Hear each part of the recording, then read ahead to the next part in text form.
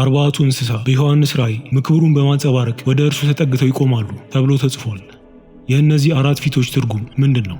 የሰው ፊት የሚወክለው ሰብአዊነትን ነው። ትርጉሙም እግዚአብሔር ሰዎችን ማለትም ነገስታትን፣ ገበሬዎችን፣ እናቶችን፣ ልጆችን፣ ሀብታምም ይሁን ምስኪኑ ሁሉም በፊቱ እኩል መሆኑን የሚያሳይ ነው። ጴጥሮስም በሐዋርያት ሥራ ምዕራፍ 10 ቁጥር 34 እንዲህ ብሏል።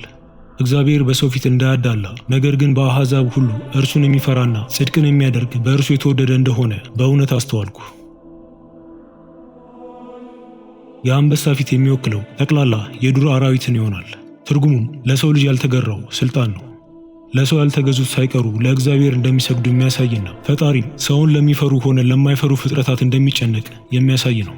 የአንበሳ ግልገሎች ለመንጠቅ ይጮኻሉ፣ ከእግዚአብሔርም ምግባቸውን ይሻሉ። መዝሙረ ዳዊት ምዕራፍ 104 ቁጥር 21። የበሬው ፊት የሚወክለው የቤት እንስሳትንና የሰው ልጆችን ጉልበት ይሆናል። ትርጉሙም እግዚአብሔር ለሥራ የሚሰጠውን ከፍተኛ ቦታና እኛን የሚረዱን እንስሳት ከፍ አድርጎ እንደሚመለከት የሚያሳይ ነው። በሬውም ስንቅና ትሕትናን ያመለክታል። እህል የሚያበራየውን በሬ አፍ አትሰር። ኦሪት ዘዳግም ምዕራፍ 25 ቁጥር 4።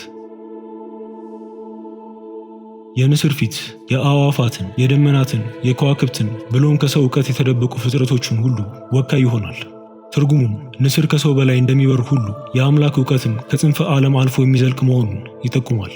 አላወቅምን? አልሰማህምን? እግዚአብሔር የዘላለም አምላክ የምድር ዳርቻ ፈጣሪ ነው። አይደክምምም፣ አይታክትምም፣ ማስተዋሉ አይመረመርም። እግዚአብሔር ጋላክሲዎችን፣ የከሰሙ ከዋክብትን፣ የኳንተም ምስጢሮችንም ልናስባቸው የማንችላቸውን ሁሉ ያያል። ዳዊትም በመዝሙር 147 ቁጥር 4 እንዲህ ሲል አስቀምጦታል።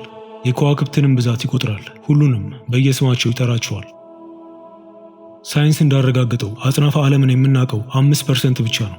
ለእኛ ያልተገለጸው 95% በንስር የሚመሰል ሲሆን በሁሉም ላይ የእግዚአብሔር የበላይነት እንዳለ ጠቋሚ ነው።